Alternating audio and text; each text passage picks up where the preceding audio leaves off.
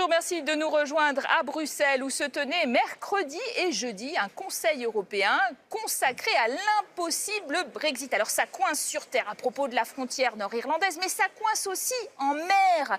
Car les poissons ne connaissent pas de frontières. Les conséquences du divorce seront donc très importantes pour la pêche, ce secteur étant totalement intégré, communautarisé.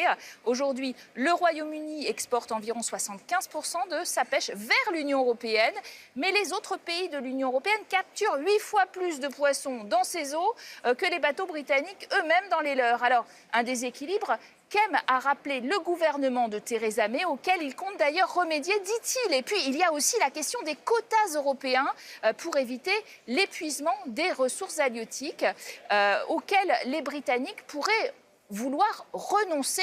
Beaucoup d'incertitudes dont nous allons parler aujourd'hui en bonne compagnie. Isabelle Thomas, bonjour. Bonjour. Vous êtes députée européenne des socialistes et démocrates en France. Vous êtes face à une Britannique aujourd'hui, Jean Lambert, bonjour, qui vous êtes chez les Verts au Royaume-Uni. Mais précisons que vous êtes évidemment dans l'opposition à Theresa May. Éric Gosselin, bonjour, directeur de la coopérative maritime étaploise. Vous nous venez de Boulogne-sur-Mer pour participer à ce débat. Merci à vous. D'ailleurs, les pêcheurs sont un peu inquiets, c'est vrai, de ce Brexit. Et on saisit, Michel Barnier, de l'importance de négociations autour de ce secteur pêche. C'est ce que vous me disiez ? Oui, on compte beaucoup sur Michel Barnier pour ne pas oublier ce secteur qui économiquement pèse peu, mais qui est très important pour l'économie des littoraux.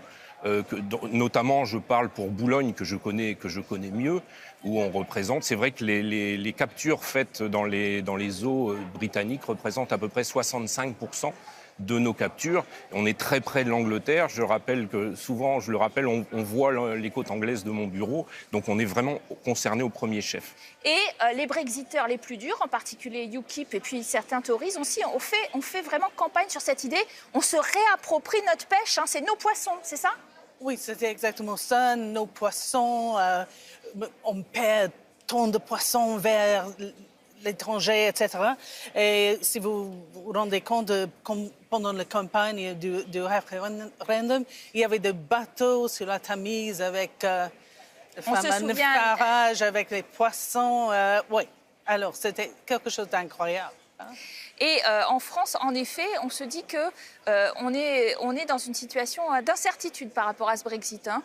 Oui, bien sûr, mais je crois qu'il faut essayer, encore une fois, de discuter sereinement parce que personne n'a intérêt à un hard Brexit sur la mer comme sur rien. Et on a possibilité d'avoir un bon deal, un win-win deal, comme je disais tout à l'heure, c'est-à-dire un deal où à la fois tout le monde peut accéder aux eaux européennes ou britanniques, à la fois où tout le monde peut accéder au marché et où, en fait, les règles du jeu sont les mêmes pour tous, parce que, comme vous l'avez dit, ce qui est très important aussi, l'objectif de la politique commune des pêches, ce n'est pas seulement l'objectif économique, c'est aussi un objectif de développement durable.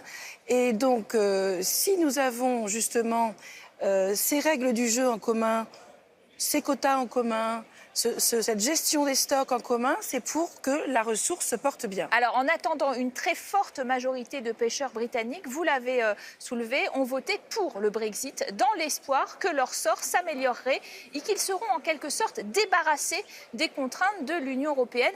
Notre envoyée spéciale, Alexandra Renard, est allée enquêter en eau trouble, c'est-à-dire dans la Manche.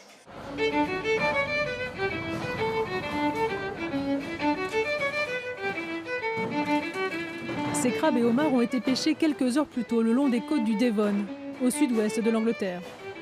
Et la plupart partent pour l'Europe. Si tu demandes à n'importe quelle personne anglaise ce qu'elle veut manger comme poisson, elle te dira du cabillaud.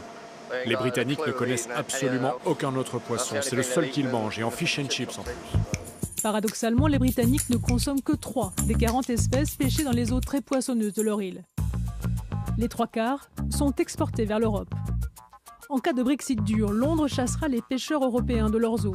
Une perte de 50% pour l'UE, qui en réponse fermerait alors l'accès au marché européen. Le système des quotas cristallise la frustration des Britanniques envers les autres Européens. Mais qui décide vraiment de qui pêche quoi ? Des scientifiques indépendants donnent à la Commission européenne leur avis sur l'état des ressources. Sur ces données, celle-ci propose des quotas, puis ce sont les ministres de la Pêche qui les valident et les répartissent entre les pays de l'Union lors d'une réunion souvent houleuse en fin d'année. Au final, chaque gouvernement distribue sa part de quotas comme bon lui semble. Au Royaume-Uni, les bateaux de moins de 10 mètres, soit 3/4 des pêcheurs britanniques, se partagent 1,5% du quota alloué à leur pays. 3 compagnies multimillionnaires possèdent quant à elles 53% du quota anglais. Le problème, ce ne sont pas les stocks de poissons, mais ce que nous sommes autorisés à pêcher. Pour les pêcheurs britanniques, Bruxelles est le principal responsable de leur déclin. Mais pas le seul. Qu'est-ce qu'on coupe, Dan? Dan est le fils de Scott et le capitaine d'un des 2 chalutiers. Notre travail est dur et notre gouvernement le rend encore plus dur.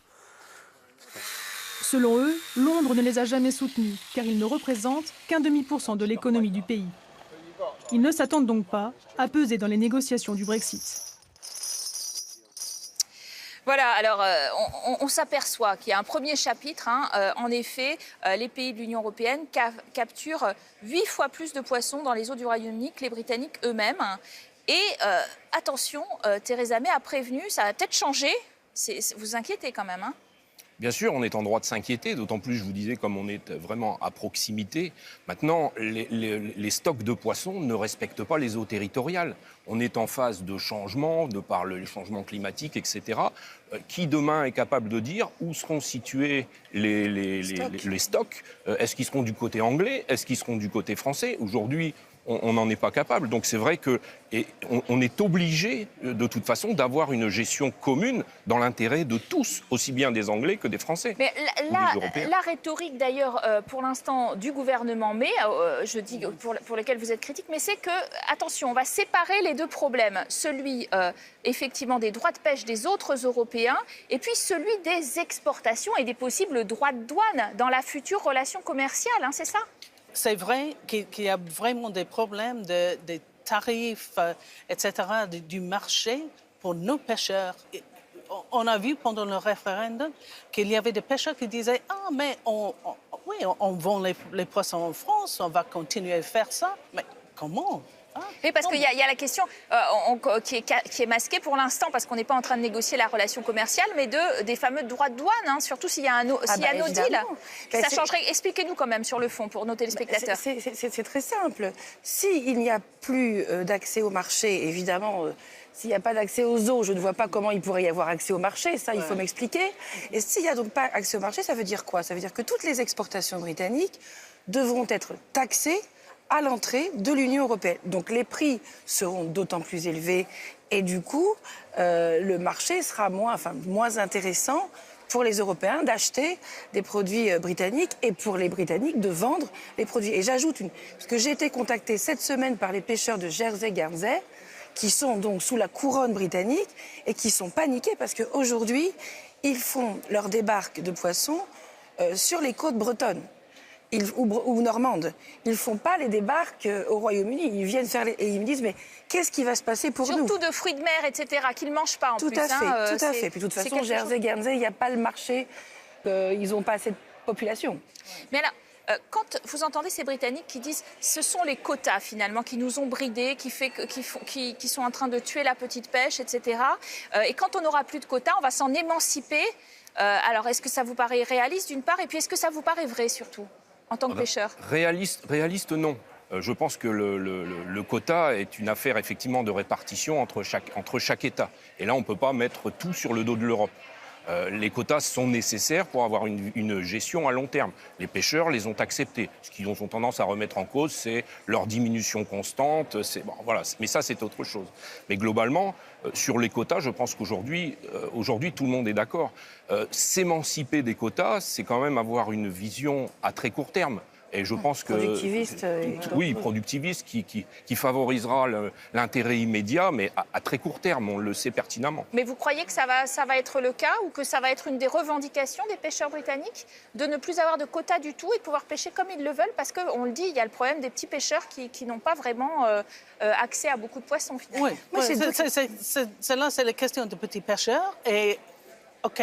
Mais sur la question de quotas, en général, on doit avoir quelque chose parce que, comme monsieur vient de dire, la répartition, c'est là. Et même si on fait partie de l'Union européenne ou non, on doit faire quelque chose avec nos voisins. C'est là, c'est sur la Convention des Nations Unies, la loi de la mer, etc. On doit faire quelque chose avec les pays voisinages pour conserver les stocks de Donc poissons. c'est une vue de l'esprit de se dire finalement maintenant ça va être la pêche libre à tout crin. Non, mais si c'est ça, c'est la guerre. Enfin, c'est pas possible. Ça veut dire qu'on remet en cause tout le développement durable, tout ce qui a été fait par l'Union européenne justement pour reconstituer les stocks de poissons qui étaient en grand péril dans les années 90-2000, qui sont quand même en meilleur état, puisque 67% des stocks en Atlantique, par exemple, sont aujourd'hui au niveau du rendement maximum durable, enfin, donc sont à un bon niveau. Je ne dis pas que tous les problèmes sont réglés, mais on a considérablement amélioré la situation. Ce que propose Theresa May plus précisément, parce qu'on va rentrer quand même dans le détail, dans son livre blanc, c'est qu'à l'avenir, le Royaume-Uni publie chaque année l'état de ses stocks avec un réexamen de ses droits de pêche annuels, comme la Norvège. Mais elle sera obligée de... Enfin, je vois pas comment... C'est là où on voit tout l'intérêt de l'Union européenne. C'est que pour être performant, y compris sur le développement durable, comme sur le climat, comme sur les poissons et les océans, comme sur tous les sujets, on est beaucoup plus performant sur une gestion collective. Et à long terme, peut-être. Et à long terme, et collective, parce que ça va être la guerre. Vous savez, dans les années 60-70, il y avait des abordages entre les pêcheurs espagnols et français, entre les pêcheurs... Il y a eu un petit accrochage quand même sur la coquille Saint-Jacques. Le 28 août, vous êtes allé dégager les Britanniques pêchant à 12 000 nautiques dans l'Hexagone parce que vous considériez que vous étiez en train de protéger les... Moi, je considère que c'est un épiphénomène, mais c'est quand même significatif. C'est quelque chose qui pourrait effectivement se reproduire de façon régulière. Comment voulez-vous... Racontez-nous l'histoire déjà. C'est parce que vous étiez fermé à la pêche à la coquille Saint-Jacques. Globalement, depuis plus de 40 ans, les pêcheurs français gèrent la coquille Saint-Jacques de façon très rationnelle et très raisonnée, en fermant la pêche pendant une bonne partie de l'année et en la cantonnant à un certain nombre de quotas de prise par bateau, des jours d'ouverture, des jours de fermeture, des tailles de coquilles Saint-Jacques qui sont aussi limitées. Et globalement, cette ressource se porte exceptionnellement bien. Mais elle se porte exceptionnellement bien grâce aux efforts fournis par les pêcheurs eux-mêmes. Et quand ils ont vu les navires anglais qui ne respectaient absolument aucune de ces règles venir dans les eaux communes et faire tout et n'importe quoi, il y a eu effectivement une réaction. Donc comment voulez-vous que demain on puisse dire dans une même zone, parce que c'est une zone qui est partagée, où les pêcheurs se côtoient, les Britanniques, les autres Européens, comment voulez-vous admettre que certains puissent pêcher à outrance et que d'autres soient obligés de respecter? Oui. D'autre part, vous citiez la Norvège, mais la Norvège co-gère ses stocks avec l'Europe. Il y a des négociations tous les ans avec la Norvège. Donc il y a des accords. Et Mme Theresa May, je ne pense pas qu'elle puisse toute seule gérer des ressources qui de toute façon fluctuent au gré de la météo. Et ne lui appartiennent pas. On a vu à ce sommet européen à quel point les questions de Brexit étaient bloquantes. On va passer à la phase 2 des négociations. La pêche va en faire partie. Est-ce que vous avez l'impression que la guerre de la pêche aura lieu, Jean Lambert, vue de Grande-Bretagne? Ça serait une guerre politique, si vous voulez, parce que pour UK, pour les gens qui soutiennent Brexit, c'est quelque chose, c'est pas le mot totémique, on dirait. C'est tabou, complètement tabou. Oui, parce qu'on peut faire quelque chose avec les bateaux, etc. C'est plus difficile avec des autres choses qu'on ne voit pas. Mais je crois que vraiment, au fin des négociations, on doit avoir quelque chose en commun. Et je sais qu'il y aura des pêcheurs qui vont se sentir déçus, mais si on veut avoir les poissons dans les années futures, on doit co-gérer. Co-gérer. Merci à vous d'avoir très bien participé à ce débat. C'est l'heure de notre rubrique où nous décryptons les fausses nouvelles, comme celles à venir sur le Brexit. Voilà tout de suite Contrefait.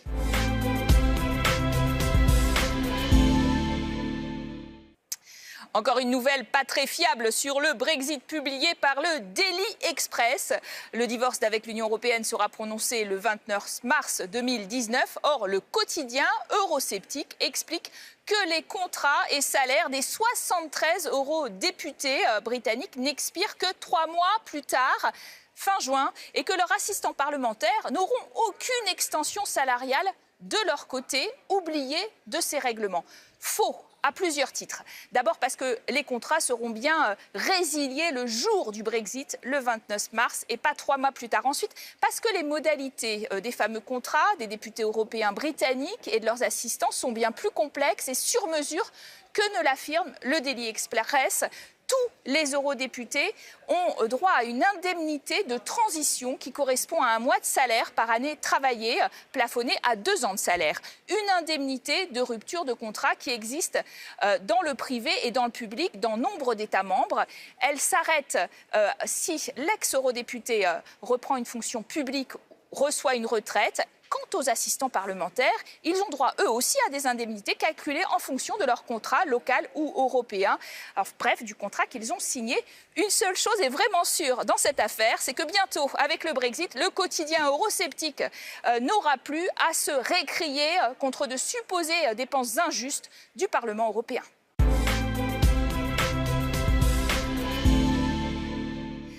Voilà pour cette rubrique Contrefait qui vous a fait sourire en plateau. Merci à vous d'avoir été nos invités.